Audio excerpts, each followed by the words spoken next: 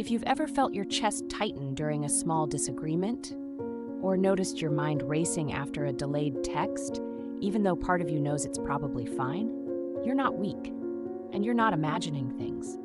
For many adults, relationships activate emotional patterns that were formed long before romance ever entered the picture. This video is about understanding those patterns so they stop feeling so confusing. What you experienced growing up was not your fault. And if you recognize yourself here, you are not alone. Understanding is not about blame, it's about clarity and self-compassion. When reactions start to make sense, shame begins to loosen its grip. Childhood trauma doesn't stay in childhood. It shapes how your body responds to closeness, conflict, and vulnerability, often without you realizing it. Psychologists describe this through attachment styles, patterns your nervous system developed based on how safe or supported connection felt early in life. If comfort was inconsistent, your body learned to stay alert. If emotions were ignored, your body learned to rely on itself. These aren't personality flaws, they're nervous system strategies, and those strategies show up most clearly in relationships. Section 1. When distance feels unbearable. Your partner doesn't text back for 2 hours. You tell yourself they're probably busy, but your stomach is already tight. Your thoughts spiral. Did I upset them? Are they pulling away? Did I do something wrong? Or they say, we need to talk, and your body reacts instantly. Heart racing, chest sinking, convinced something bad is coming. This pattern is common in anxious attachment. When emotional availability was unpredictable in childhood, your nervous system learned to stay on guard, trying to prevent loss before it happens. It's not overreacting, it's a body that learned connection wasn't guaranteed. Staying in one-sided or unbalanced relationships. You may find yourself giving more than you receive, waiting longer for calls, making excuses for emotional distance, hoping things will improve. Even when the relationship feels draining, leaving feels harder than staying. Why? Because familiar pain can feel safer than unfamiliar emptiness. Your system recognizes what it knows. If emotional neglect was normal early on, imbalance can feel strangely comfortable, even when it hurts. Section 2. When closeness feels unsafe.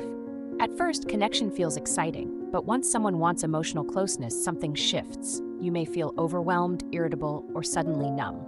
You need space, but don't always know why. This is common in avoidant attachment.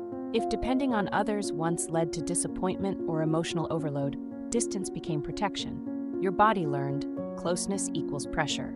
So pulling away isn't rejection, it's self-preservation. Confusing intensity with connection. You might feel closest to someone during dramatic moments, after fights, emotional breakdowns, or tearful reconciliations. You may be drawn to partners who are hot and cold, affectionate one day, distant the next. That unpredictability keeps your nervous system engaged. But when someone is steady, kind, and emotionally available, you may feel uneasy, restless, almost suspicious. Calm connection can feel unfamiliar, like waiting for the other shoe to drop. Your nervous system seeks what it recognizes, not necessarily what's healthiest. Section 3. When communication breaks down, conflict feels like an emergency. Body reacts first. Your partner raises a small concern. Logically, you know it's minor, but your body reacts instantly. Your heart races, your mind goes blank. You feel the urge to shut down or escape. This happens because the amygdala, the brain's alarm system, fires before the prefrontal cortex, the part responsible for reasoning. Your logical mind knows the argument is small, but your alarm brain is convinced it's an emergency. Dr. Bessel van der Kolk explains that trauma lives in the body, reacting faster than thought. Difficulty expressing needs. Your partner asks, "What's wrong?" and you say, "Nothing." Not because nothing is wrong, but because you can't quite name it, or because asking directly feels vulnerable, risky, or impossible. If expressing needs once led to dismissal or conflict, silence became safer than honesty. Over time, feelings stayed trapped inside, felt deeply but rarely spoken. Feeling responsible for everyone's emotions, enmeshment. You notice mood shifts instantly. If someone is upset, your body tenses, like it's your job to fix it. This is often linked to enmeshment or parentification. If you had to be the emotional anchor for a parent, soothing them, supporting them, staying strong, you likely carried that role into adult relationships.